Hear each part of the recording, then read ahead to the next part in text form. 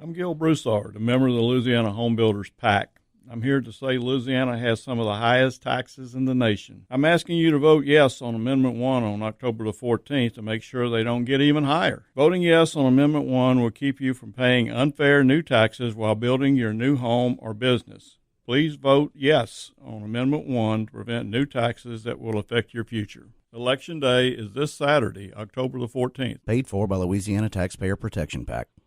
Introducing Hardee's $5 All-Star Meals. Loaded with satisfying classics. For just $5, you get a charbroiled double cheeseburger hot dog and, oh yeah, fries, drink, and a fresh baked cookie. Or a double cheeseburger, a spicy chicken sandwich, and what? The fries, drink, cookie thing again? Or hand-breaded tenders and, spoiler alert, fries, drinks, and cookies for days, y'all. All for just $5. The $5 All-Star Meals. Stop by Hardee's and get yourself one today. Price of participation may vary. Prices higher in Alaska and Hawaii. Tax not included. Only if they don't want a lag in service. Oh, I don't have Zeke. I don't know where he's at. Oh, he's in a suitcase. Hello, everybody. It is Friday. And for those of you keeping track, it's the 29th day of September in the year 2017. This is the Supernatural Substation on the United Public Radio Network, an iHeart partner all over the United States. Yes, here we are. We're back. Last weekend we weren't quite up to. We couldn't get it right. We couldn't get the signal right. We couldn't get the messages through. So anyway, I'm Alyne Pustanio, and waiting in the wings is Bernadine LeBlanc. Say hello, Bernadine. What's up? October is almost here. I'm so excited. Well, it's 2 days away, so you might as well say it's here. It's here. It's here. Yeah. Yes, we have some good guests coming up in this new month, right? Yes, we do. So you might want to read some of them at the end of the show.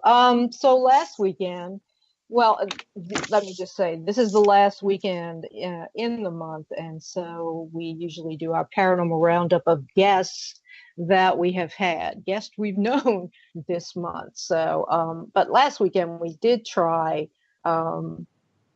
to get a show for you live from the Gulf Coast Paracon, but our communication was just not working.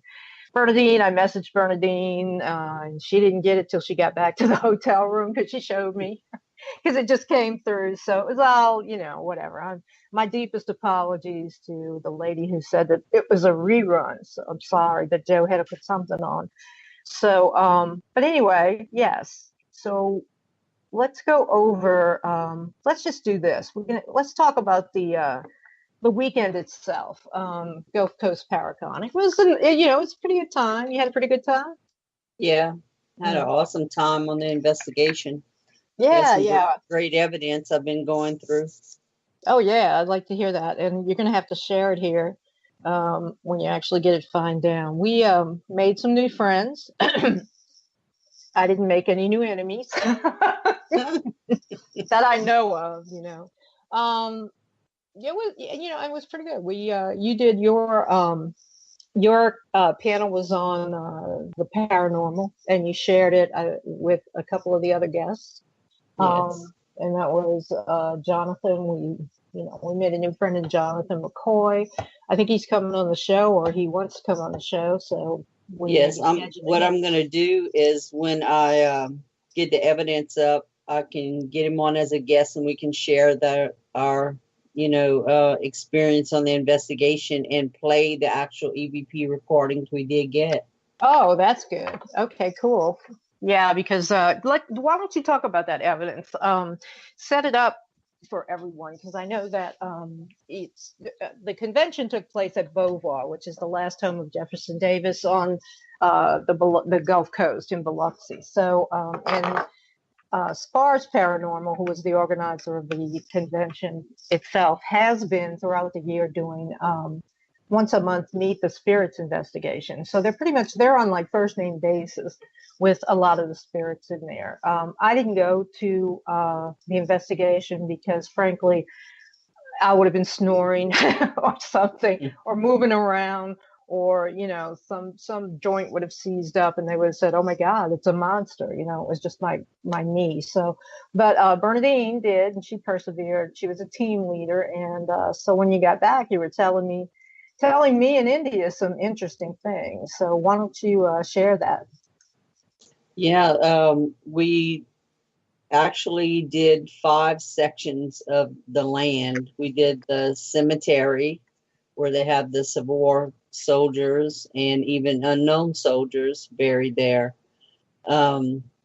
We did the museum, which had, what do you call that thing?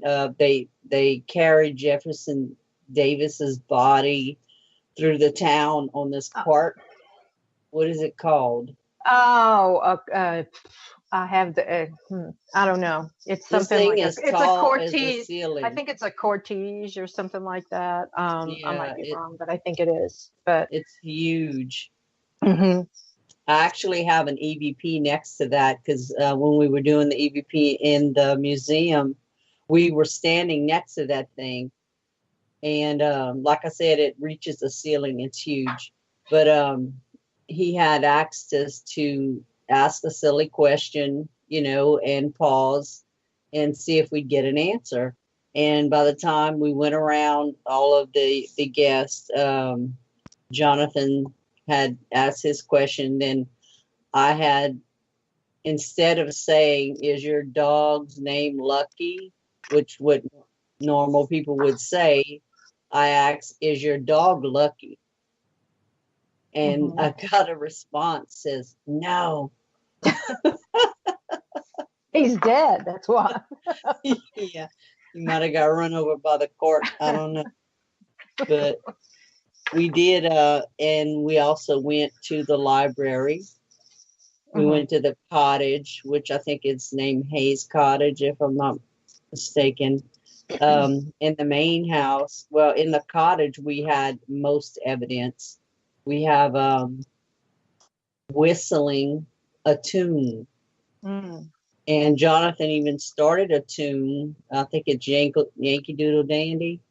And the spirit finished it on the ghost box that we use. My new one, actually, that I have, which worked awesome. And we have a lot of stuff in that in the cottage. And then we finally got to the house, which I've never been in. All of the times you've gone, huh? Finally get in the house. We were there maybe 7 minutes, and they said, it's time to go. I'm like, no, you did not. And we had to leave. They said, oh, there's Bernadine. Let's run them all out. It's Bernadine. She's in here. No. We were doing a quiet time, something Jonathan came up with. We were going to do quiet time for a few minutes. And that's all we got. They came in on the quiet time. Time to go. Gotta go. You didn't even get to use your magic mirror and say, I see Debbie, and I see, like the old romper room. Your magic mirror. But that's some incredible stuff. Only I think it's probably some of the best that they've gotten. That's what happens when you have a professional. Yeah. Well, they're all professionals. Jonathan said we were great together. I said, yeah. I don't normally have a problem communicating with spirits. I usually get some good evidence on most of our investigations. Yeah, you do. And so, again, I want to hear it. So once you get it all queued up, and we'll have him on. I think originally he was supposed to be, and he being Jonathan McCoy, he was supposed to be on a panel with me about the occult. And, but I was on with 2 other people, and I'm sorry, it was James Anito and Sasha Clinot. And we had I think we had a good panel. Paula Westbrook had the questions going out, and as I sat there listening, I mean, I'm older than either of these 2. I don't know, I could probably be the mother of at least James Anito. I don't know how old Sasha is, right? So I'm sitting there, and, James Anito is a ministry. He approaches it from a ministry point of view, and he obviously works closely with the church.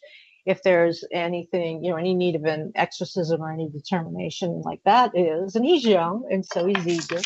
Sasha is young, and she comes to it. Honestly, I don't know, but I think primarily because of her psychic abilities. So I'm sitting there and I'm listening to this. Somebody asked, well, what are you going to do? What if the best one was like, well, what if this guy, and it was Paula's husband, said, what if this guy calls? He says, my daughter is possessed. So he went in line, and James said, I'm going to get this. I'll get this. I'll have to get this information. I'll have to get a psychologist. I'll have to get this. And then Sasha kind of seconded that and said, yeah, what he said and this, that, and I was like, I would ask the guy, why? First of all, why do you think that? That's the simplest question. Yeah. And what makes you feel it's supernatural? It's it's the uncomplicated approach, and I guess it takes some time to get to that, where you're not going, oh, wow. It's an oh, wow, but you really have to question a man calling somebody, a total stranger, and saying, my daughter's possessed by a demon. So that should give you like your first kind of yellow flag going, what is this? And then if he can't make an explanation or he has no real reason, if it's all something he sees and she's being affected, stuff like that. And you really don't, you don't get that one-on-one until you just basically let them talk.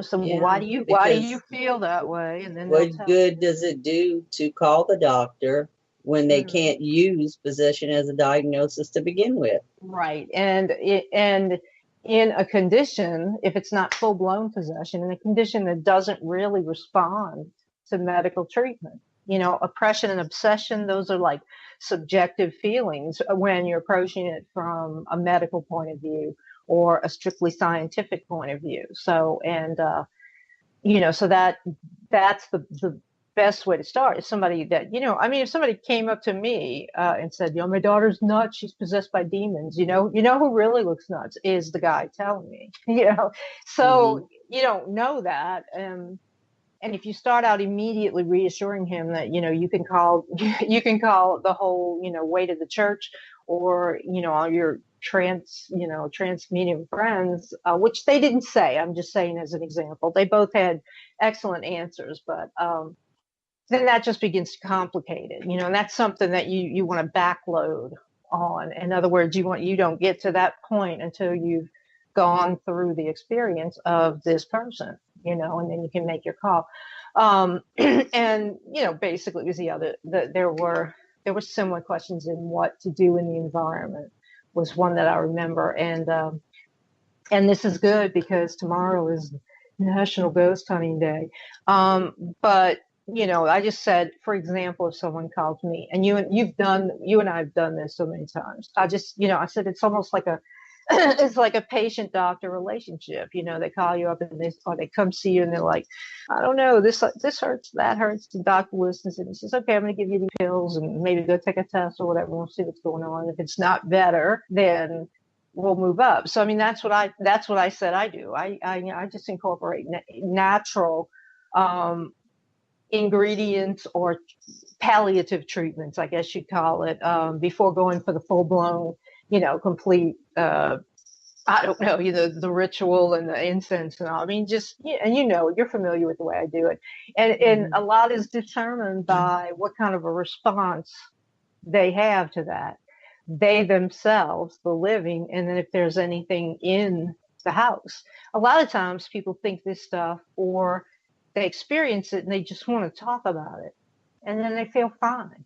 They feel fine with the information that someone like you or someone like me or, our other panelists would tell them. Some people just want to know that they're not crazy, that this stuff really is happening and that when they're ready, they can do something about it, Yeah, they did bring up that question on our panel also. And their question for possession was, well, what can you do for them?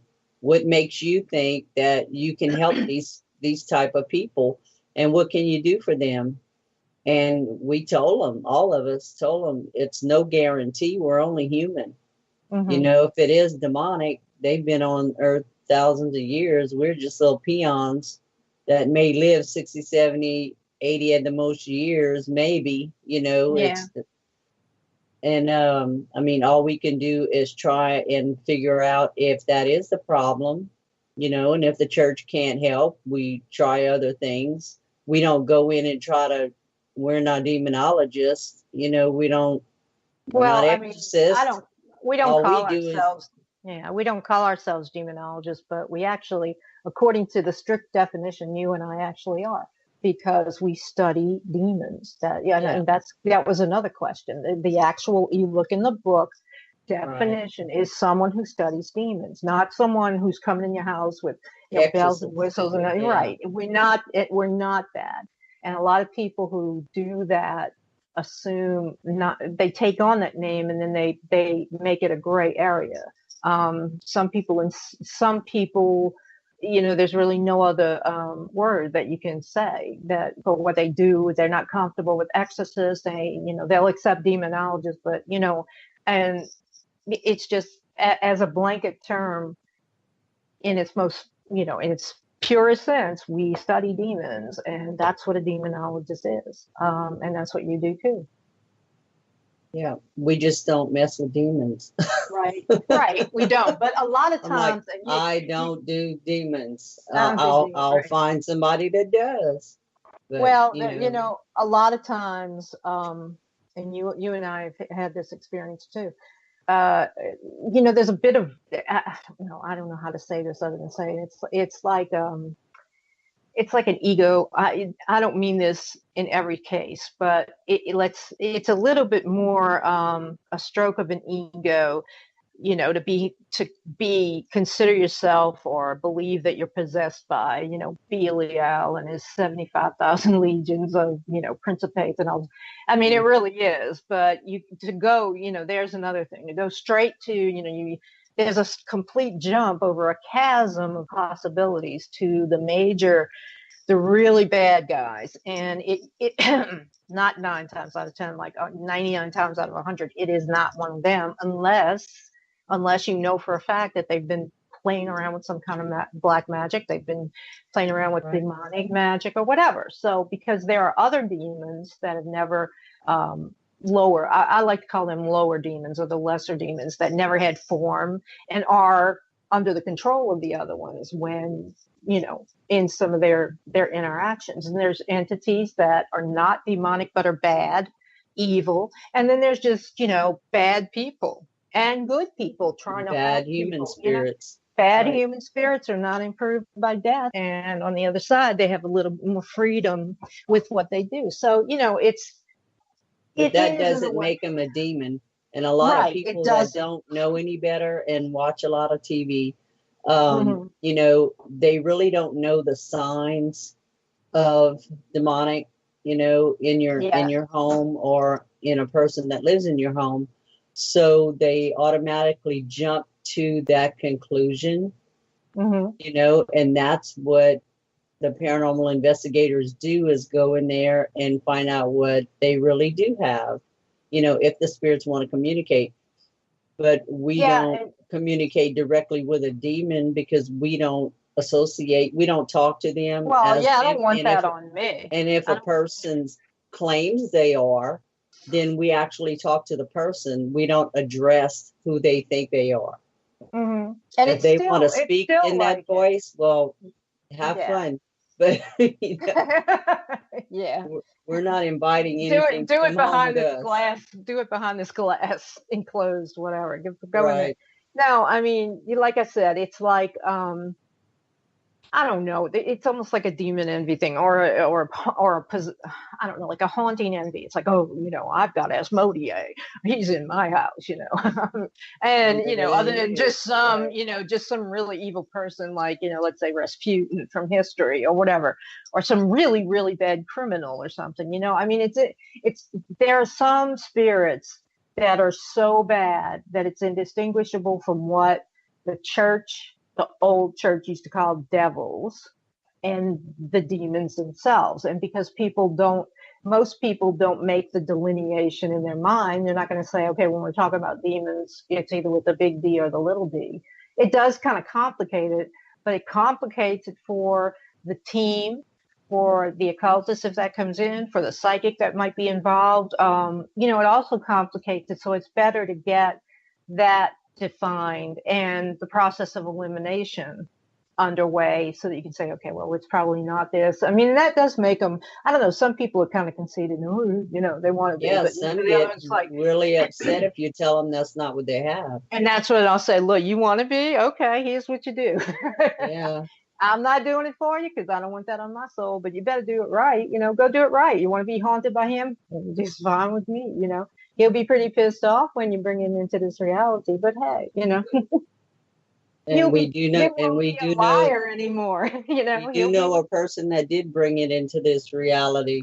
Mm-hmm. Speaking of which, earlier today, I think it was earlier today. Yeah, earlier today, because I get tired of the news, right? So I saw Ghost Adventures was on, and this is relevant to what we're talking about. It happened to be the episode of Zozo. Oh gosh. The Ouija board spirit. And unfortunately, like I said, I watched the news, so I turned it off, and then I was a little bit 25 minutes into the episode when stuff was starting to get real. And there he was, Darren Wayne Evans, the guy that we had on talking about the Zozo demon, and Nick Groff, who is no longer with whatever Ghost Adventures. They're playing a Ouija board in a house, and they're trying to whatever, and they start getting Zozo, and all of this. So, and the girl got sick. The wife got sick, and apparently it's blacked out or had this time loss, and came back she left the room and went down the stairs because she was sick to her stomach. When she came back, her pants were undone. She was disheveled, and she said she had been attacked by something unseen, something demonic. So it was. Where, in the restroom? No, outside, because Zach told her to go out. You can go down and go out the front door. In other words, she wouldn't be, I guess, interfering with whatever they had set up. But when she came wandering back in, and they were still in the middle of this, so all this was going on with the seance, right? And so the camera didn't follow her outside. No, they had static cameras set up, and so they showed you the footage. But what did happen? And I am not saying anything. I'm just saying this, and just as information only. There was a lot of activity going on. Okay, she got sick. She's walking around. Zach's talking. Nick is distracted. Okay, I don't know. And then suddenly, after that, we start getting. Well, they got noises. Okay, after she left the room. And apparently they also, Ghost Adventures crew, have two guys like at a command central, and they're watching the static cams. But right after all this kind of came up, before the girl came back up and said she was, assaulted or whatever, they started getting these messages. I'm like, I don't know. I'm just like, that's entertainment. That's all I can say. I mean, in your experience, just like you were talking about, you were doing quiet time. In your experience, if you're concentrating on what you're doing and you're concentrating, it's like, don't break the circle, don't lift your hands. Well, also, don't be looking over your shoulder because this girl has to crawl over you to get out of the room.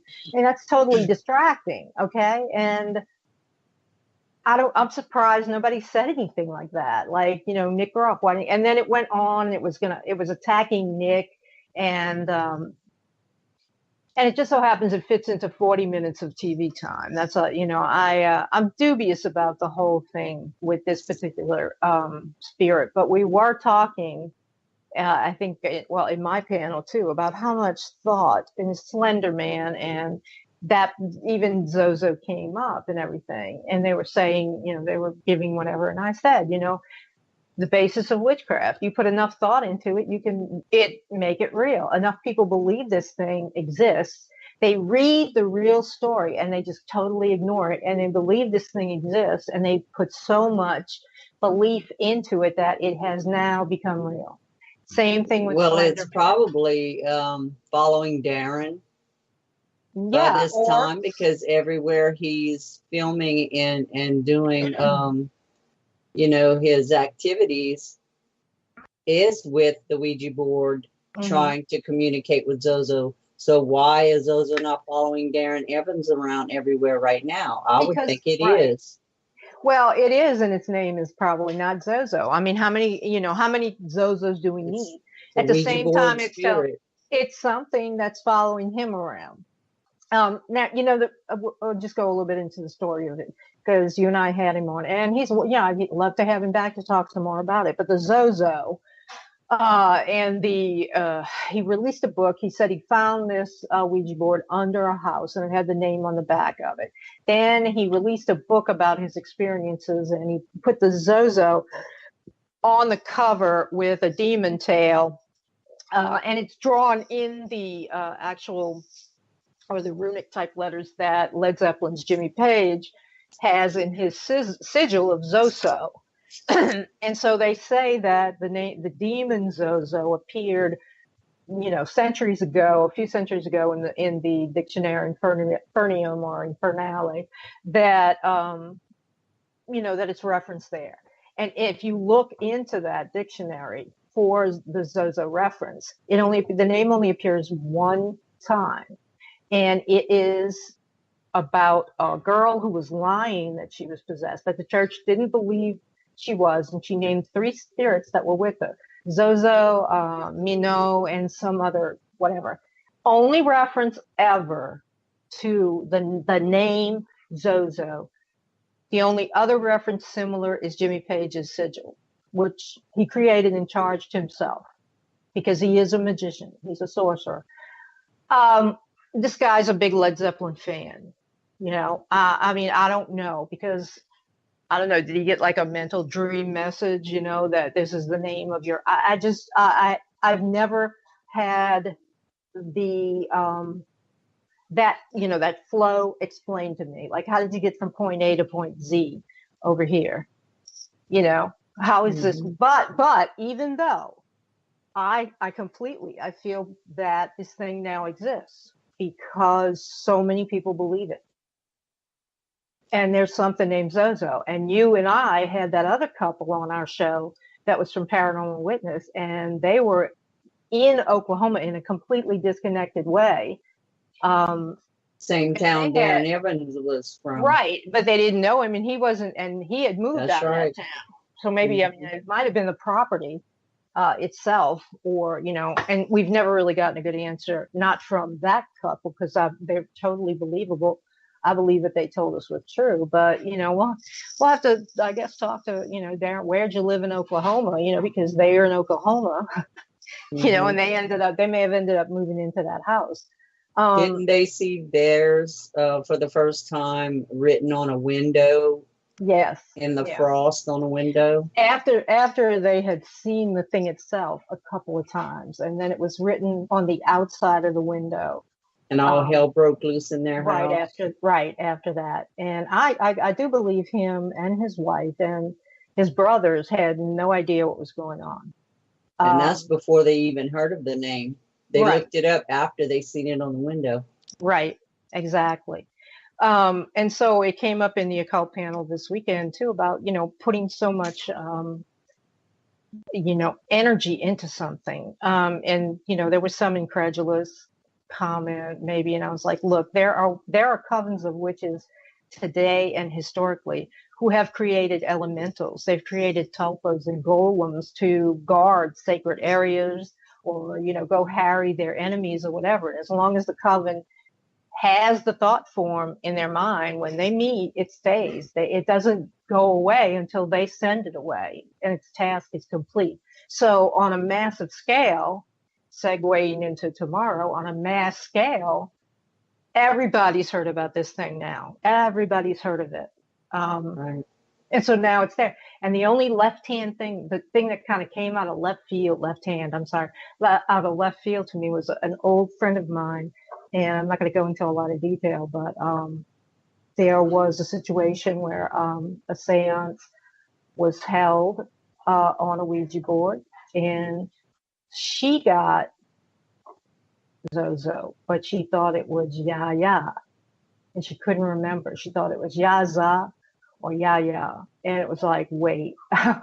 So this thing thanks to all of the, wherever it started, but thanks to the energy that's been given it, it's walking around. Or I say walking around, I'm thinking, yeah, he's going to walk into the room, but really he is moving through. It is, I won't say he, but they keep giving it male, attributes. It has been created just like Slender Man. People say, "Why, you believe he's real?" Yeah, I do, because they've created it in their minds. It's the same principle of why Johnny Depp is so popular. It's because so many people just, women mostly, just adore him and look him up and follow him. And Tom Cruise, okay, Channing Tatum or whatever. All of that celebrity comes from people brooding on it, giving it that energy, and it makes the celebrity even more appealing. It's magic. It really is magic. So when you run around and you either invent or try to invent a demon or a negative, I guess a demon, guess what happens? And there he is, and I think we're seeing a lot more of it. I don't know what you think. I have a question. Mm-hmm.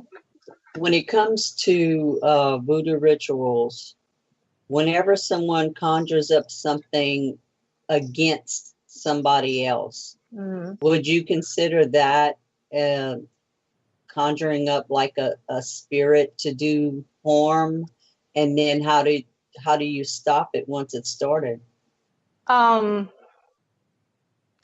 Voodoo is the religion, okay? And so I think really, but there are rituals. There are white spirits. The Rada are the white, considered the white Loa, or the voodoo spirits. And then there's Petwa, which are the red. And red is all associated with strafing and cursing. And if you go, let's say, to Dantor, Erzuli Dantor, she is a fierce, young, powerful woman who is a patron of single mothers, and who is the righter of wrongs. She comes in with her daggers, just like Kali in India, in the Indian pantheon, and or the Hindu. No, not Hindu, Indian, and tears everything up because of her wrath, right?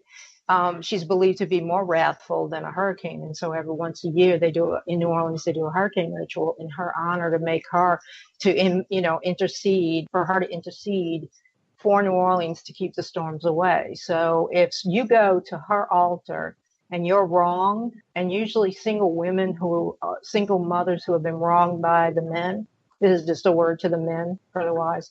If you go to her altar, you give her an offering, and you implore her help, she herself is the one who does the work. She responds to it. Now, you can offer her, if you do this, I'll give you this. And then that kind of ends the deal, unless you continue to go back to her and you continue to leave things and you have more of a problem. Now, if she goes and kicks the guy's ass, doesn't kill him or whatever, and you want more and more and more, then it becomes a situation where she herself, Dantor, might start attacking you because you're too greedy and she did what she was going to do and you didn't accept it. So a lot of times voodoo and hoodoo kind of eliminates a middleman type thing. It's not like giving up your soul if you try to conjure them up. Okay. It's not the same as a demonic ritual.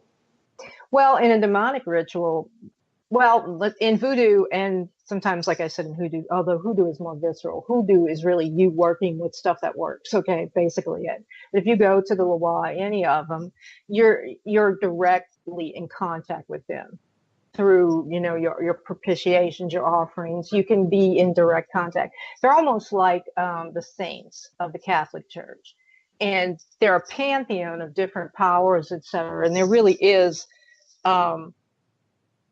Like the one thing, like Damballa Wido and the peristyle or the column, that holds up the world in spirit and connects them. So there's something beyond them that is kind of godlike, just in the way that it's big, eternal, and it exists, and they come from it and go back to it. They go, in and out of the abyss or across the abyss. and into our world. So when you go directly to, like, every June there's a Marie Laveau ritual. And if a priestess is doing it, then a lot of times she'll be possessed by the spirit. But if you're just going one-on-one to a voodoo altar, that's why it's so popular, is that you go and you speak directly. And if it's not good, they're not going to do it. And everybody will tell you that, because people have died because of stuff like that. But in a demonic ritual, it is the control of the sorcerer or the magician that commands the demon to come. Usually in a ritual to one of the great demons, I'm talking about the kingdom of the shells, the really powerful guys. Every ritual doesn't have to be that, by the way. Like you'll say you're doing a Wednesday, or let's take Tuesday. So you want to get to work on, on the Mars day, let's say, or Wednesday. I'm sorry, let's do Wednesday because the thought just totally left my mind.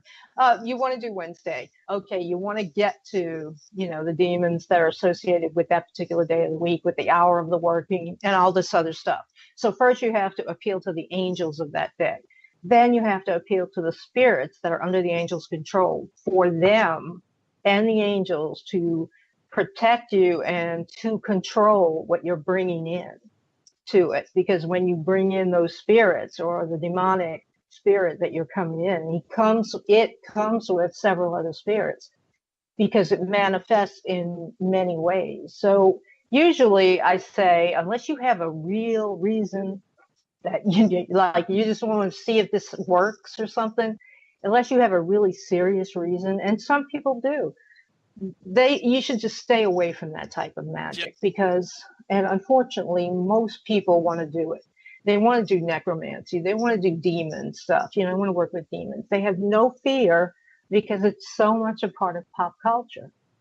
What about the people that go to like a bookstore that are amateurs? They just go to a bookstore and buy a book of spells and go home and do that specific spell that they're looking for. What's the danger in that? Is that manifesting something, or just using a spirit for a moment? What do you offer? That's that type of, is that a spirit, or is that supernatural, or are they speaking to human spirits that might do the deed for them? Well, who are they communicating with? Do you think through a spell?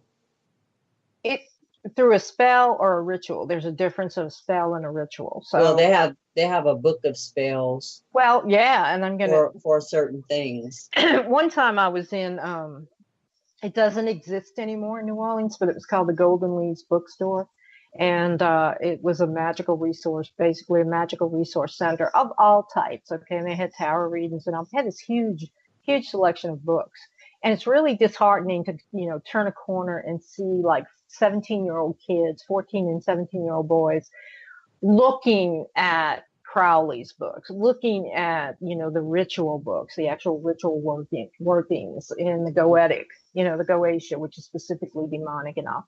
It has an allure, and you can ask Marilyn Manson about it. It has a real allure, and it's the idea of control, of doing magic,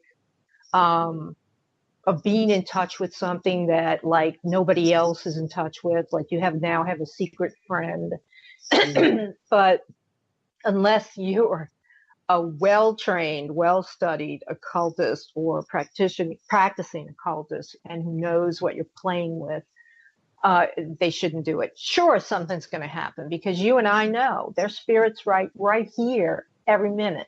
You call their attention to it, it may not be you want this particular demon, or you're trying to get this, whatever, but something's going to hear, like it may not be Zozo in the Ouija board, but it is now, because something heard.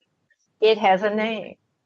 And now there is a spirit that everybody can contact to their great dismay through the Ouija board, which is a gateway to, tons of just discontent and insanity and stuff, and people don't take it as seriously. They also don't take all these books out there. The most of what you're going to see, though, is you get these little dark, you get these dark kids, and they want to go right to it. So they get the Necronomicon. There's a little black paperback Necronomicon by Simon, and it's not a good luck book, really. If you get it, you really shouldn't bring it in your house. But it has something like what you're talking about. It was written by a group of warlocks or, male witches who really are tired of stuff like that, like 17 and 14-year-olds going into bookstores and getting, not getting burned a lot of times because, there's a good chance nothing's going to happen, but something here. So they went and they would go into like the middle of these rituals, these grand rituals. Okay. And they just put like little samples all through the book. So you're screwed, basically. If any of that works, you don't know whether you've been doing some Enochian magic or you're doing some, are you contacting Orishas, in Santeria or, what? I mean, it has no flow. It's not a complete, so it's dangerous, that. So if somebody really wants to get in touch and follows, they have to have a reason. And usually there's no reason. There's nothing that is really that important for you to bring this thing into your life. Because whereas you can end your association with the spirits of voodoo and of other pantheons, pagan spirits and all that, it is very difficult to turn the knob off once you've contacted the demonic or the daemonic and the evil spirits, that are basically out there for the ruin of souls. Not, it's not just Satan and the big bad guys, but, it's just chock full of bad stuff. And when you do what draws them to you, you pay the consequences. I mean, assuming everything goes right, Bernadine. So you're assuming you do it all right. I'll show you this book. I think I've showed you before, but when you come over again, you do everything that is prescribed. You have every tool, you've made it, you've done it, you got the, everything. When you finally do get, the spirit, let's say the spirit of Wednesday, which is Mercury. And, it's said in the book that these spirits are very, very frightening. Right. And they try to frighten you because they want you to stop dragging them into this physical reality. But once you get them there, you give them a command. And that command, you have to be sure of everything. Because if you leave them, just like in voodoo, when you're doing rituals, you leave them a loophole and they will tear your ass up. And they will come back and they will take your money. Your relatives might die. There's always, when it slingshots back to you, there's always certain areas that get hit first. Okay. And if you try it again and you fail, they'll tear your ass up. Look at the guy that we always talk to, the poor guy that we can't help. Okay. He tried to do that to impress his girlfriend. He was just there when a ritual was conducted. So, I mean, everybody says, you're curmudgeon. I'm like, no, you want that in your house? That's fine. I mean, no. I've seen these things. I've been at the receiving end because my mother, and other people that I know and are in my family they've done some stupid stuff. I'm just going to do this and it's nothing, that's going to happen. Years later, you're like, you're dealing with it at your house. But yeah, kind of like the show The Craft when they call in Mano. I think it's him. And it's the four elements, and he's supposed to be all knowing. And what they put on other people, they actually got back so many times worse. Right. Yeah. Right. She was, because the girl at the end, I can't remember her name, but the good girl, she got all of their powers, basically took them away. And that, that's kind of movie-fied in a way, it's kind of. But if you use it for the bad, You know, you Well, can expect bad Nan. to come back. Yeah, like Firuza Balk. Mhm. She, and I love her to death. She's just, but yeah, because she, basically the old saying in true witchcraft, and the witch bide it, because when it comes back to you, you're going to have to deal with what you sent out. So I mean, it should say to people, why are you going to like? But there are times in life, and there are people who just, are so enamored of the occult and want power, even over their minimal, just their day-to-day life, that they're willing to do a lot of things. Every contact that you have with the occult or its associated things, from tarot cards all the way up to standing in a circle, trying to call, scrying for the Enochian angels or something. All of that puts you in contact with the spirit world. And so on different levels, some of the spirits, like the great demons and the other demons, they start getting you. This is why people get possessed first, and they don't say anything about it, and you don't know, because they're working on a mental level. They get into your mind. And then when they got control of your mind, then they begin to expand that control to everything else in your life. And then when they're powerful enough, they begin to oppress other people in the house as well as you. And then eventually you're going to become obsessed with what this thing or these things want you to do. And the next thing you know, they're inside you. They're that little, you're hearing voices literally, or you're being driven to do stuff. It's that easy. And they come down basically to where they can manifest. When I say come down, they come through the mental plane, through the astral plane, into the lower etheric, which is the closest to physical reality. And then they begin to manifest in your world. And at that point, you brought them in, and now you're going to have to suffer, you and everybody else is going to have to suffer the consequence, i.e. the Zozo thing and the Slender Man thing and all of these big, these sort of internet-driven, pop-driven. Even the games, stuff. Like Charlie. Mm-hmm. There's a game.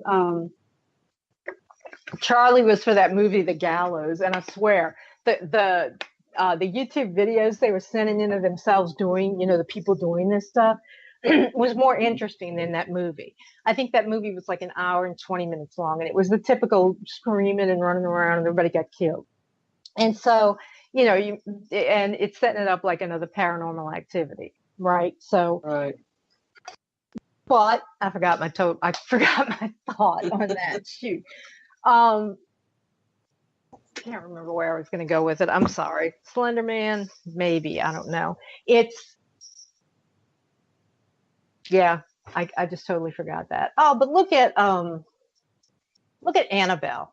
Okay, let's just take that. And look at how much of a bad rap dolls have. I don't like dolls. I have never liked dolls. And it's just some people they don't like them because they look. I just have never liked dolls with human faces and stuff. I had a few. I played with when I was little, but as I got older, I thought this is really kind of creepy to play with. Or I preferred Barbie dolls, right? Okay, I played a lot with them, and so I never did like dolls. But the Annabelle thing, right now in my bookcase in my room, I have one of those porcelain dolls with no head. Okay, but if you put them all together, like at that island down in Mexico, what is it called? Isla de las Muñecas, the island of the They're dolls. hanging in the trees. Right, you get a bunch of them together. Okay, and so they'll do tours there. They go like a tour. They have like a tour boat, like a covered, kind of like a pontoon, and they'll take you there, among other sites and all. But so everybody that's going there, right, that says, okay, I'll go see this because I heard of it or whatever. The ones that have heard of it, wow, they're looking, wow, look at this, and they're adding to the atmosphere of the place. They're giving it more energy. To fear the anxiety. Right. There's fear, there's anxiety. There's people who don't believe it and say, and usually something happens. Now, when somebody does that, people have looked at it and said it's totally psychological. They end up tripping themselves up and something happens. But sometimes there's no explanation whatsoever. And there are places, and I've said this about Waverly Hills, that are just going to be full of fear and foreboding and gloom. They're going to be haunted whether there's a person there or not. And that island with those dolls is the same thing. So many people dislike dolls that sometimes you have to say, oh, the doll, so Annabelle, all that is, sorry, I was drinking some water. All that is a Raggedy Ann doll. It's not the doll in the movie, Right. but nobody likes dolls. Okay. I mean, there are very few that say I'm not bothered by it happen. Because that's the principle of magic, basically. That's basically it in a nutshell. Your thought, your will, manifested. You influence whatever. So we've got all these locations out there and a bunch of people of various skills that, I don't even know, various expertise levels who are going to be, engaged in it. Now, you're not a real fan of this, right, Dean? No, I'm not. I just have a bad, when you get that, no, I better not feeling, because I just don't. It's just the whole everybody doing the ghost hunt at the same time, all over, all connected at the same time, all calling in the spirits at the same time. Just feels to me like they're either going to piss some spirits off, and then you never know. There may be, teams out there that are wanting, the big attention and start provoking and really get some bad stuff coming down. Or doing rituals. Correct. Or doing rituals with all this focused attention on it. I was looking at something, a couple of things. Like last night, I was looking at this short documentary about John Dee, who was the magician, the real, the mathematician, the scientist. He was a profoundly intelligent man, and he was, in the time of Queen Elizabeth, he was her astrological as well as psychic advisor, and he was also her spy, and imparted to him through a guy named Edward Kelly, he was the other half of the crew, was all of the Enochian magic, the contact with the angels. And now Dee held on to thinking that these were good angels for a very long time, longer than Edward Kelly basically did, because he began to suspect them early on. And this is this kind of surpasses, or it's right up there at the same level of truly demonic ceremonial magic. It's black magic, it's dark magic, and it can bring a lot of harm, but not just to you, everybody else. And one of the interesting things about what Dee was trying to do, he had an idea to use it sort of like to give England one up on everybody. Like if England got into a conflict, he wanted to be able to evoke contact with the angels and spirits that rule over the particular nation that was opposing England. So he wanted control that way. And there was one interesting thing, that there was at one time he was doing something akin to that, and he had contacted other magicians and sorcerers across Europe, and he gave them the time that he would be doing a particular ritual, what it was about, the time, what time, they'd have to figure out what time it would be there, all of the stuff that was necessary. And they all did something at the same time. And apparently it was just something mundane that had to do with the relationships between the different countries and the kingdoms and stuff. But around that time, the angels that he thought were really good angels, they couldn't hide it anymore. I don't know what happened, but they must have accelerated their plan, or they had more power amped up, and the ability to pop Dee at this point, basically insulting Kelly and all this other. They asked them to do some terrible things. And among them was, these are two older guys. Like Dee was old. And the angels told them they had a wife swap and have sex with, each of them have sex with the other one's wife and all. So, I mean, it began to, get really hairy. But it was only after they had given to Edward and to Dee, the system of Enochian magic. And it's a system that they told Dee, you are never to work. You can never work this magic that we are giving you. Now, so they said, we just want you to take this down, this system, and whoever's going to work it, right, is going to come along. And you just make sure that it's available. So Aleister Crowley came along in the 1800s, the early 1900s, and he decided he was going to try this. And he almost succeeded in this magic. Now, this magic is designed, this is a system that has been associated closely with apocalyptic visions, because the goal of it is to break down the watchtowers of the universe. Now, some people picture them as figurative. Some people think that they're really real. In a way, they are really real because they're composed of the matter of our universe. And if you take, this is, the 4 watchtowers are the 4 cardinal directions. If you manage to break in even one of those, you can bring hell in with you.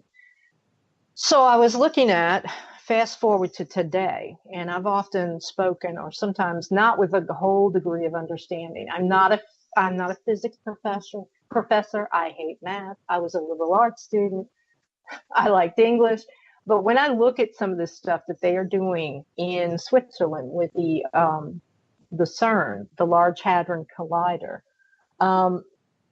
somebody, and I'm going to give you this guy's name to see if we can get him on this show. I don't know, maybe not. His name is Anthony Patch, P-A-T-C-H.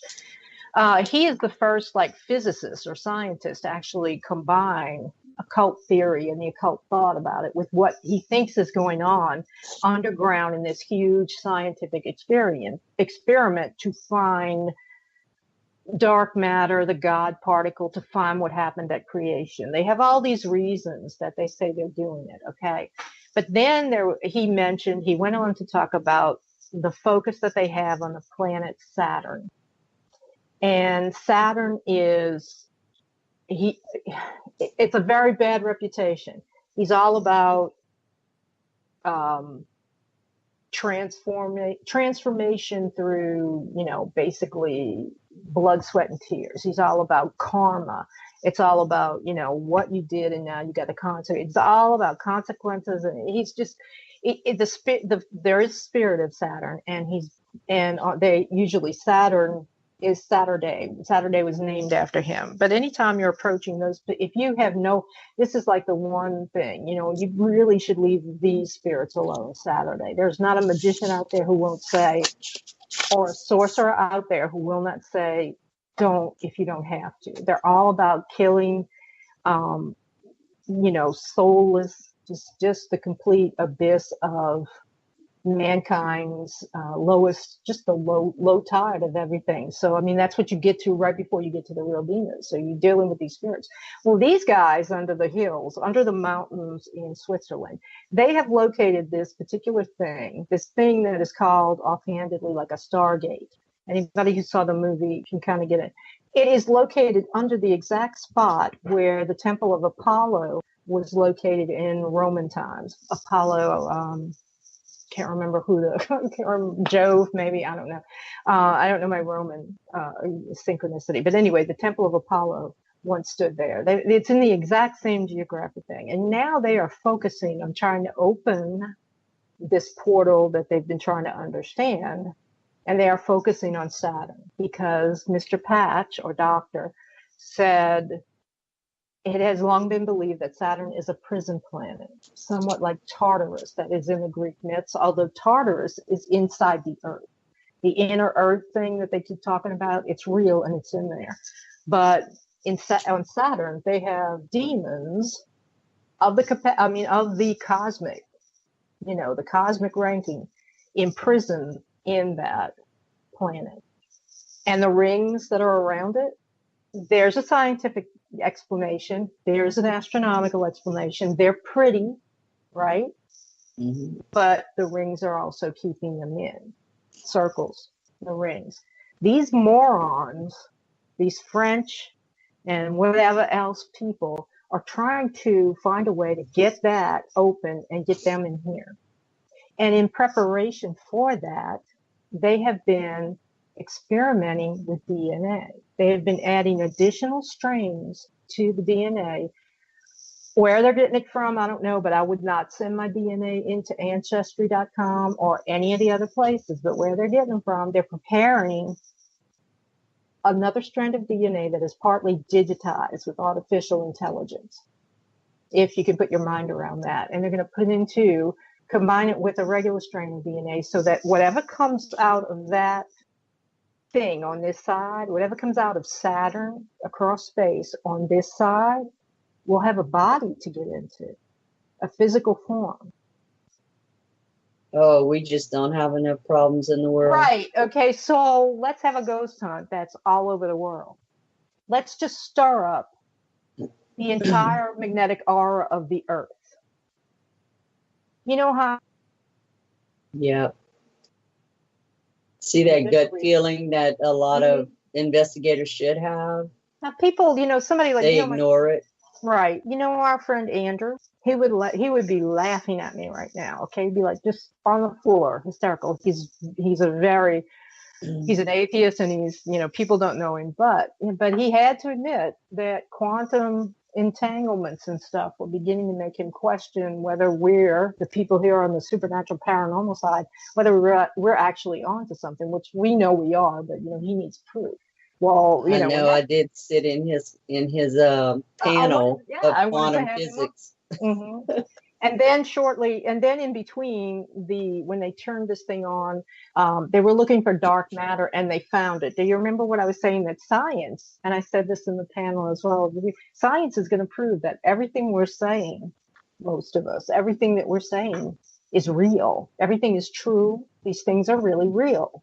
We're interacting with them everywhere, Science is going to prove it, because while poking around with results that they had from when they first turned the damn thing on and other little things, they discovered dark matter was, in other words, the only way that they could define it, to be able to talk about it and work it into anything, was to say that dark matter is entities, right? That when the dark matter that they are looking for gets together, it's an entity. They don't have, because it's like a monkey, or like I don't know, Simon Says, or the mirror. You hold up one finger, they would do something to stimulate the dark matter and it would do it back. So it meant it had an intelligence. So these scientists have come out, and it's not really, nobody's putting it on billboards, but they're saying that there are entities around in the magnetic sphere of the Earth, and they're centered around all of our major cities so they can feed on all that negative energy. And they're centered around all our military bases worldwide. And what Mr. Patch was saying, or Dr. Patch, he was saying that dark matter is the mortar in the bricks that basically holds our stratosphere and our universe together, our corner of the universe. If they go poking around with the mortar between the bricks, which this is, they're going to collapse. What do you do if you go poking around long enough at a brick wall? It's going to collapse, or a hole is going to happen, right? And you can look at, people say that these are conspiracy theories, and I have been like on the fence with a few of the things they're saying. But again, and I said this also in the panel, we're looking at ghosts, and we're looking at, we're the ones saying, yeah, your house is haunted. We're hearing proof of it. This is what we can do. All right. And I've often said, you're looking for something, not you, but some people are looking for something, and you don't believe it, okay? So you believe, you want to debunk it and claim it's something else. But when it begins to react in the ways that the people are telling you that it's reacting, and somebody like you or me says, well, according to occultism, this is what happened. When it begins to act that way, then you have to admit that not only is the cult tradition viable, because it's the thing that tells you what those things are going to do. Not everything down to the last minute, but it'll tell you, you're having this effect, this thing might be doing this. And in this case, on a cosmic scale, this is happening. I don't even want to see a bunch of Aborigines get in a circle around a fire, okay, at this point. It's just like nobody casts a circle, but everybody's doing it all over, all around. And more than, I would say more than 75% are doing it wrong. Wrong. They're playing with magic. They're playing with spells. They've got a book from Barnes and Noble, and they're going to go out there. You really don't want to draw attention. That's why this eclipse was so important and so significant, because it's the dark side of the sun. And guess what? I do not have an investigation scheduled for tomorrow night.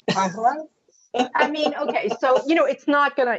But the old theory: you throw a pebble into water, and the ripples go out. Just in case, even though I'm not associated. Yeah, you need to be looking at like old sitcom reruns, so you won't even be thinking about it. Right. It's like eating popcorn and watching I Love Lucy. It's I'm not thinking about ghosts right now. But the thing is, it's like it doesn't seem like it, but when it's part of the whole thing.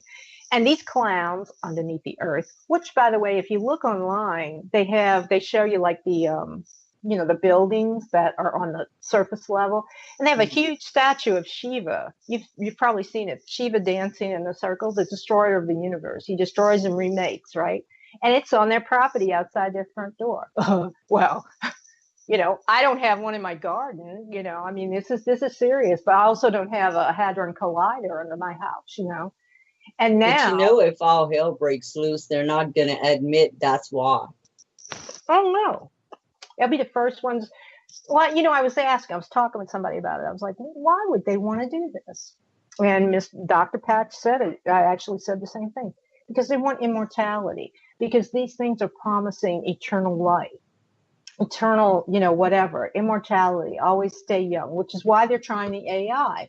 Why they're so furiously working on our DNA, combining with even stuff that is just generated in a science lab, basically coded DNA to make us live longer and stay younger. It's really that base. I didn't even think about the DNA from Ancestry.com. Don't do it. Well, no, I wouldn't, but I do know that they have that, and I never just. Look, we're probably two things together that they. We're probably too stupid. They'll probably say, "Who? Aline? No, we don't want her to. We don't want." But I can imagine. I can envision Italians. No, we're not using theirs. Dagos and those gypsies. No, we got to get rid of them. And that's exactly. But that's. I have.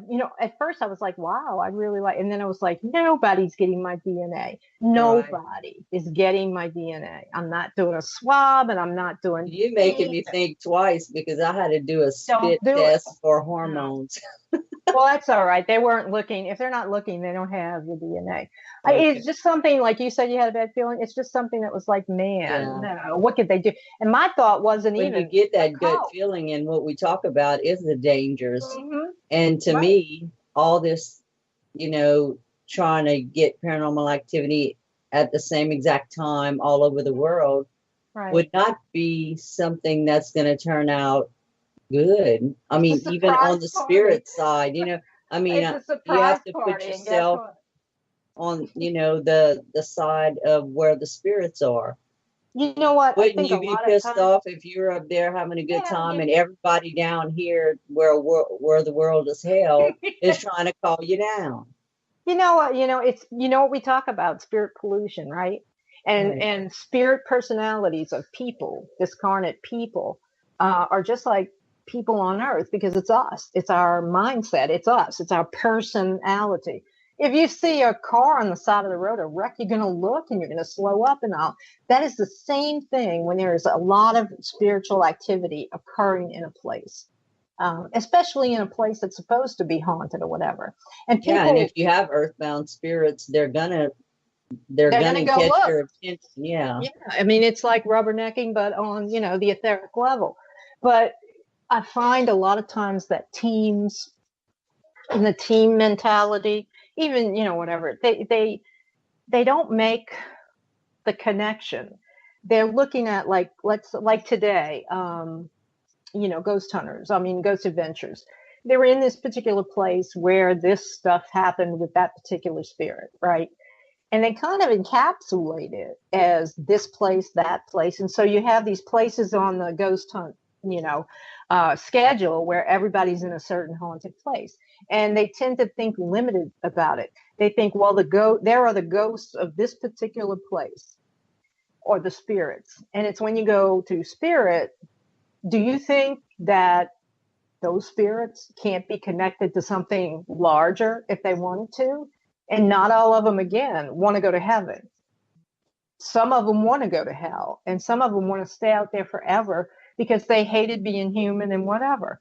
So, you know, you have to think when you're doing a ghost or a paranormal investigation that whatever you're interacting with is in spirit form. It doesn't have the impediments that we have. I want to go to your house. I got to drive to your house, right? You come to me, or, you know, we have to go out, whatever. We're in our place and then we go somewhere. There is no boundary for them. So if they become aware, let's just take the big picture, the thing under the mountains in Switzerland. That is going to be something no spirit is going to miss. When that thing happens, when, God forbid, something comes through, okay, they're going to know about it. And it's just like a thought. It's like a leap. They're going to follow it. They're going to go to it, okay?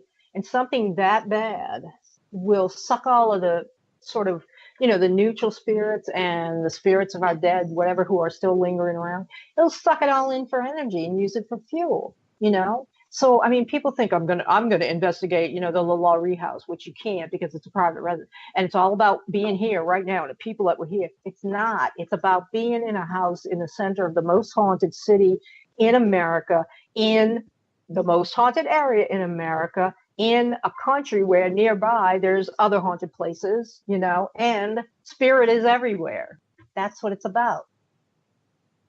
You know, when people go in and they give spirits names and stuff.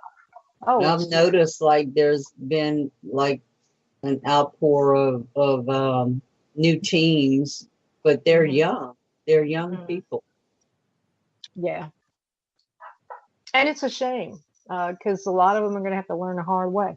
I mean, you know, I'm not saying they're wrong or they're whatever. I'm saying I wouldn't do this. And this is why. Your frame of reference has to be bigger than your ghosts or just what you're doing. You can't have tunnel vision because a spirit is a spirit.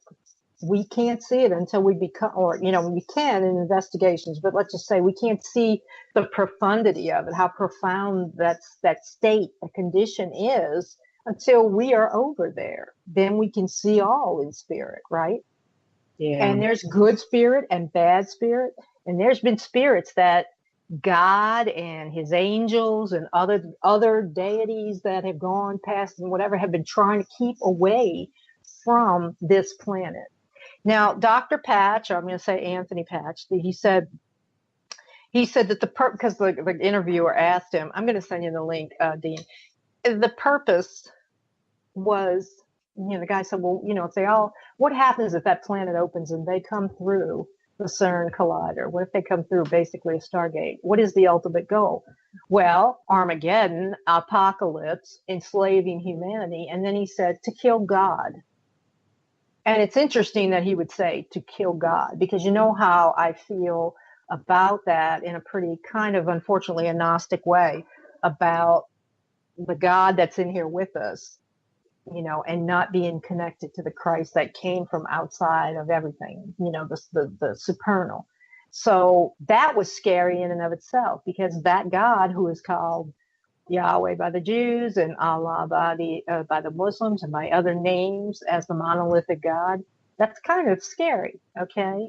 That means that these things that apparently he's in prison somewhere are coming in here to pick a fight with him and kill him. Okay, so that doesn't sound good for us either, you know? Right. And if it happens anytime soon, it could happen, you know, 100 years from now. Take him out of the minds of most people that are having problems. Right. And then that's part of taking him away. Just like they took it out of schools. Yeah, just like, you know, they taken it away from this and that and this and that. There's more people that are becoming atheists. Mm-hmm. And if you don't believe in something, nothing. If you don't believe in something like the covens that created their elementals and stuff, you stop giving it your thought. What happens? It disappears.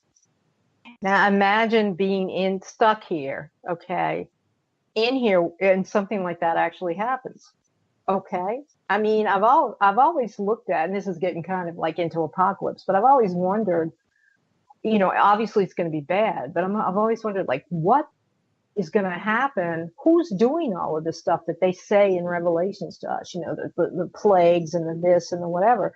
I mean, what's going to be so bad that it's going to make Jesus Christ, the God, him, come into this physical reality and kick ass and, take it back? I mean, it's got to be something bad, right? And he don't know. He wouldn't say that he knew the time when he was on Earth.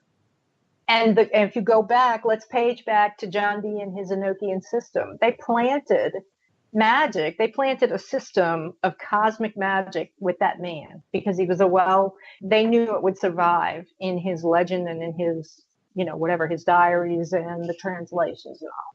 And a lot of people look at Enochian magic dubiously because they think it is a key. It is a key system. There are 48 keys that you have to complete. Keys, actual tables and squares and numeric equations and stuff you have to complete. And then the last key is opened by the angels themselves. So what do you think they're going to do? You can't trust them. They're letting something in here. How much easier is it for the angels to just let, I don't know, a bunch of stupid Swiss doctors and French scientists open it up for you? I mean, it's the hubris of mankind. And unfortunately, we're stuck on this earth with it. But that's in a big, broad scale. The ghost hunt, the world ghost, whatever, the international, it's sending a wave of energy out there. It's causing a flux. Like if you look at a blanket, when you throw out a blanket to make it straight, stop. I'm sorry, my cat was about to tear my Halloween tree down. And then it lays straight again. This is what they're doing. They're sending out energy currents. And so on the face of it, it looks like just fun, fun stuff. We're talking to these ghosts here. We're going to go home and leave. Well, what do you think? That goes into, it's like radiation from Fukushima. We don't know how to get rid of it. It's still going wherever it's going. It's, I think a lot of the problem with paranormal in general is that the biggest problem is that what we've talked about, they will not collective, and codify all of their evidence to see if they're onto anything anyway. But that's one problem in and of itself. But the biggest problem is the tunnel vision with regard to what they're working on. And even if you go to somebody's house, you're dealing with spirits. And Right. If you read, like Dr. Wicklund, I refer to him a lot, but there's spirits around. I mean, seriously, if you wanted to get, if you've got one in your house, he's got, and you will read in Wicklund too, of spirits being obsessed by spirits and oppressed by spirits, like a spirit that has attachments to it. And then those spirits have attachments, and then it begins to multiply. And then before long, you get the attention of something that's really, not the end time type thing, but really not good. And he's using those spirits because all that is it is using and absorbing them as fuel and ways of influencing more people. So, and it all goes to, depending on the team's intent. Yeah. Are you intent on going into this residential home of people, the whole family's having problems, and depend on you to try to figure out what's going on in their home? If your intent is to go in there and make it worse for them, how is that helping them to begin with? Or if your intent is to go in there, get your evidence, and then do nothing for them. That's that's just leave them on hanging on a string to try to find another team to come and help them. Because I know a lot of people, that have contacted me that's already had 2 or 3 teams in their home, and I'm like, well, why would you need another one? What can we do that they haven't done already? And a lot of them say, they come in here, they provoke, they did this, they did that, and they left, and we never heard from them again. And it's just crazy. People might bristle at it, but there are a lot of teams out there. A lot of people are trying to use the paranormal as a ticket to something else. When Pilgrim Productions or Discovery Productions or whatever calls, they want to have that evidence, but that family down there is, living with, who knows, let's say the wrath of the spirit. How dare you bring these people in here? The wrath of whatever was in there. Yeah. We're strangers going into their home. Right. We're strangers to the spirits that are in their home. Yeah. And that's the other kind of myopia too, is that those spirits, thinking those spirits are always just going to be attached there, always just going to stay there. I mean, how many times have you heard something followed me home, from somebody? Something followed me home. Right. Yeah. And, like we had I had that experience. I know. Right. Yeah. I mean, and it's like, something went with you and, and I talk about it in my own book. It's like suddenly everybody wants to be over there doing, investigations and all. It's a hamster wheel, and it's a wheel of energy and spirit pollution, all these things that it's kind of like you got to flip it and say, the world has crowds. The spirit world has crowds too. There are a lot of spirits out there that were once human that have no idea what to do, weren't ready for death. There are children out there that in much like the original poltergeist, that's the spirits that have been lost out there see the energy of a child come in. That's why we're told that the children are taken and segregated from everything for that reason, because they will try and use it. They go to it, and not to go through into the light, but to plague the living. So it's just, I don't want to sound like a big superstitious, I don't want to participate, but you have to stop thinking in the micro, or at least some in the paranormal field. And I don't like to use that word because it really is none, but they think microscopically. They need to think or the microcosm, they need to start thinking of the macrocosm, because there's a bunch of atheist scientists, and they're contacting spirits and they don't believe in God. They laugh at people who believe in God, but they're contacting evidently spirits that he imprisoned. Okay, that God of this universe imprisoned. And why you think they're looking in the earth? They're looking in the earth too. Anybody who reads, just go look up the angel Raphael. Okay, he's one that we kind of forget about. We hear about Michael and we hear about Gabriel.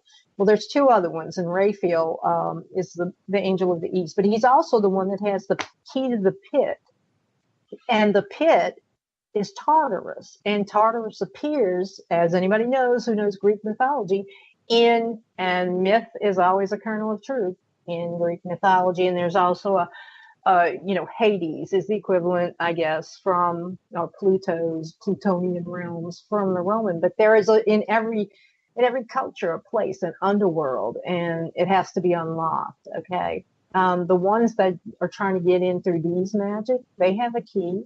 They're trying to get in with their fake key and open that. And Raphael carries the original key. The other angel is Oriel, and he is the angel of the north, and he is the angel of the dead. And that's the four corners, and that's the four watchtowers, and they hold back what's trying to get in here.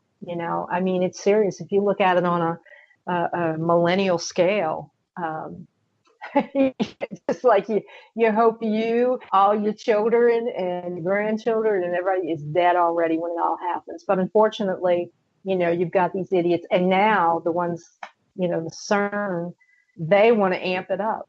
They said by 2020 and maybe 2019, it's going to be like a 3 times to maybe 5 times more capacity, power to do whatever they're doing. Wow. Okay. We're just, bitching about our stupid stuff, and then one day, and they're preparing. I mean, a lot of the conspiracy people go off the edge, but they are preparing us. And it's a long held comment that, if the government or if another entity like the government is telling you about stuff, then they're already very sure that they either can do it or they have already done it. And one of those things is Mars. I just read like yesterday that the goal is to have the first colony on Mars by 2020. Okay. I mean, we went from, it would take too long. You would die in transit trying to get to Mars, to suddenly now we can have So now we want to make it, interplanetary and fight with, Russia and everybody like in China about planets now too. But they are really ramping up trying to put us on Mars. And it seems to me, that it's kind of an escape pod thing. Like, who's going to the planet? Who are they? They're going to go build a new world over there. Who are they leaving here? It's the rest of us. I think we need to put our application in. I don't want to go die in space. I mean, they are taking applications, and there is the possibility. They said in this article that you will die there on that planet. And there are probably people who are die on this one too. There are people who are signing up for this. I'd rather go under the sea and drown than go in space, and because you'll live in space and then you'll die. And how far? It just boggles. So what are they going to do with the people that what is it, cryogenics? Oh. What are they going to do with the ones that are already they're going to defrost them tubes? They're going to defrost them, and then the guys are going to say, whoever's doing it, they're going to say, wait a minute, you mean you didn't defrost me up, them? Scotty. No, wait, they're going to say, wait a minute, you didn't defrost them while they were still, freeze them while they were still alive? Because, they saved Hitler's head was a horrible, 19 schlocky movie that I loved, and it was just his head riding in the back seat and giving people bad, whatever orders to do. A lot of them just their heads, and they expected to have their head put on another body. But the whole point of it is, if you die, we still don't have a cure for dead. Okay, we may have a cure for the cancer that you have, but the whole thing is based on bringing them back to life. But they were dead. Okay, and as of yet, we have not reanimated a dead body yet. Okay, but we're trying because everybody's obsessed with zombies, and even the CDC is now, this is a couple of years old. They have a zombie response guide, but the cryogenic people, I've always listened to it and gone, but you're dead, guy. You paid $1 million to these people to keep your head or your body, and after you died, you would have to be willing in order for it to do it. You have to be alive and viable and willing to be frozen in whatever they use, nitrous oxide, whatever the hell they use to keep you. And then they could defrost you. And I suppose they could, but they're thinking, I'm going to die. Here's my body, and, reanimate me when y'all can figure out how to cure what I had. Well, we figured it out, but you were already dead from it, stupid. So, it's just, I kind of think it's another way to make money. I kind of think it's a well-intentioned, on the one hand, it's well-intentioned, quasi-science. And on the other way, it's people putting money in their pockets, big money, to keep these bodies in these, these tubes or wherever the hell they keep them. Big promises. Big promises, big money, and they'll be dead. The people with the money will have died too. So what the hell? I mean, it's just, it's too much. Hand it down to the next generation. I mean, what's going to happen? They're going to open, CERN's going to open a Stargate to, the prison planet of Saturn. And who's going to be thinking about your tube? You're in some freezer somewhere. And what's going to happen is there'll be no more power. There'll be apocalyptic angels fighting and everything. And you're just going to, and the funniest thing, when you think not funny, but funny in sort of a dark humor way, is they were spirits. When their spirits left that body, they probably said, oh. Oh, crap. I died, didn't I? And somebody's there going, yeah, stupid. Yeah. And they still have my head. I mean, people like our friend Andrew or whatever can come in. This is why it'll work. It will not work. The body, you can freeze a dead body forever. Okay. But you can't bring it back to life. I mean, these days, like my own dad, he died at Thanksgiving. We had to do it after the holiday. So they had to keep him somewhere, so that we could look at him and bury him. But he was dead. They're not going to hook him up to anything. And, here he is again. I think the hope of this immortality and everything is the thing that is driving the contact with what we have said all along exists.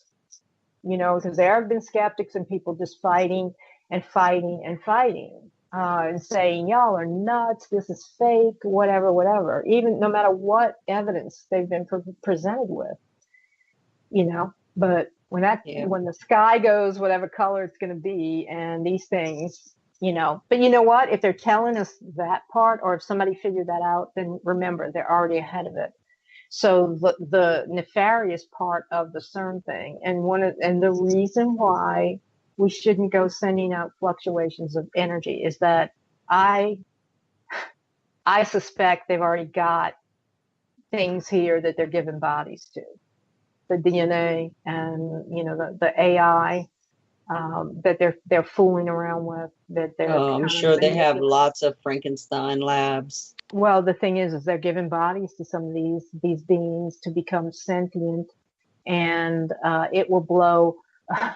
You can go look for Loch Ness Monster, or you got that message I sent you from the ships under the sea in Sweden or whatever.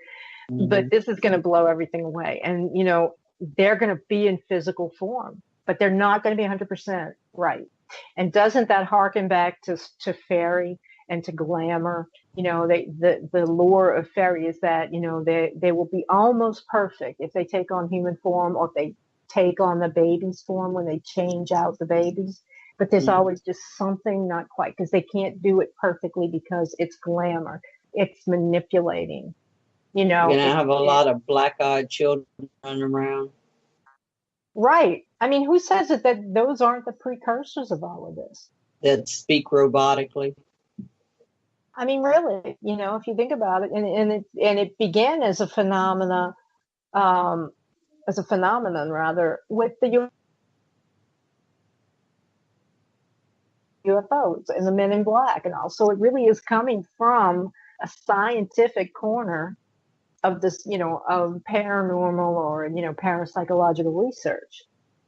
So, it bears watching, and it's hard to understand some of the science, but the thing to do is watch these videos, have it explained to you, just on the CERN stuff, just on the science that's being used. And it's a real eye-opener, and I will always point to something like that. And if they laugh at me, then I'll go point at some of these medieval grimoires, and I'll say, they had stuff like that. They were doing this too. They were out looking, or they were talking to ghosts to start with. And the next thing you know, some dead Greek guy came through with red eyes and, came through a mirror and, whatever. I mean, aren't you satisfied? Okay, it's there. Don't go aggravate it, or invite it in. But people. I don't think they'll ever be satisfied.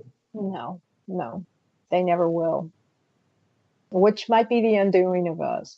And that's a dramatic comparison. We're almost out of time, but that's a dramatic comparison to why you shouldn't join the International Ghost Hunt. But nevertheless, why do you want to open yourself up? Look what we just talked about with Zozo, and think about that, and Slender Man. These things are real now. They're real. And, the things that are coming through are real. Even science says it. So you want to go back to bounce to science and get away totally from any kind of theological or supernatural theory or whatever. Science tells you there's dark matter and it's an entity. So how much more do you need to know? But anyway, Joe likes us to wrap it up, and we're about to wrap it up. So who do we have next week, Bernadine? Do you have that handy? Let's see. We have Brennan Starr. And let's see. And then after him, we have Rich Newman. But on that date, October 13th, which is Friday the 13th, we're going to have our first 30 with Jonathan Foray. And he's going to be talking about the Rougarou Fest coming up. And that night we have Rich Newman. Something we're a little bit more familiar here with, like werewolves and voodoo and stuff. Yeah. So we're saying, I'm sorry, Joe says say night, so I'm about to. Anyway, join us. We'll be back next Friday night. We always have a great guest. So tune in, and you can find us on our YouTube page, The Supernatural Substation. Go and like it and subscribe, and also like us on Facebook at The Supernatural Substation. Also, stay tuned for Miss Kathy Bilski. Maybe she has some input on the she's with Quantum Leap is her thing, and I know she knows the vibrations are coming. And remember, this is an iHeart Radio. I knew to flub it up. This is an iHeart Network radio station, United Public Radio. We will be back, and we will see you next Friday. Zeke, thought it was a great show, especially the part about the zombies. Say goodnight, Dean. Yes. Night, night, all. Night, night.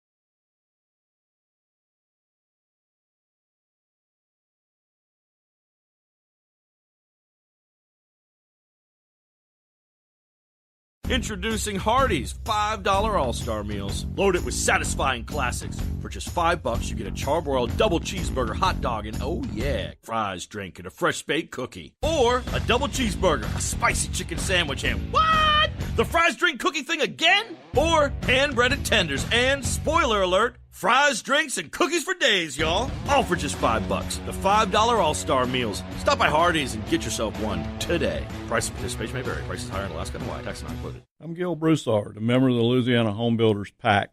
I'm here to say Louisiana has some of the highest taxes in the nation. I'm asking you to vote yes on Amendment 1 on October the 14th to make sure they don't get even higher. Voting yes on Amendment 1 will keep you from paying unfair new taxes while building your new home or business. Please vote yes on Amendment 1 to prevent new taxes that will affect your future. Election Day is this Saturday, October the 14th. Paid for by Louisiana Taxpayer Protection PAC.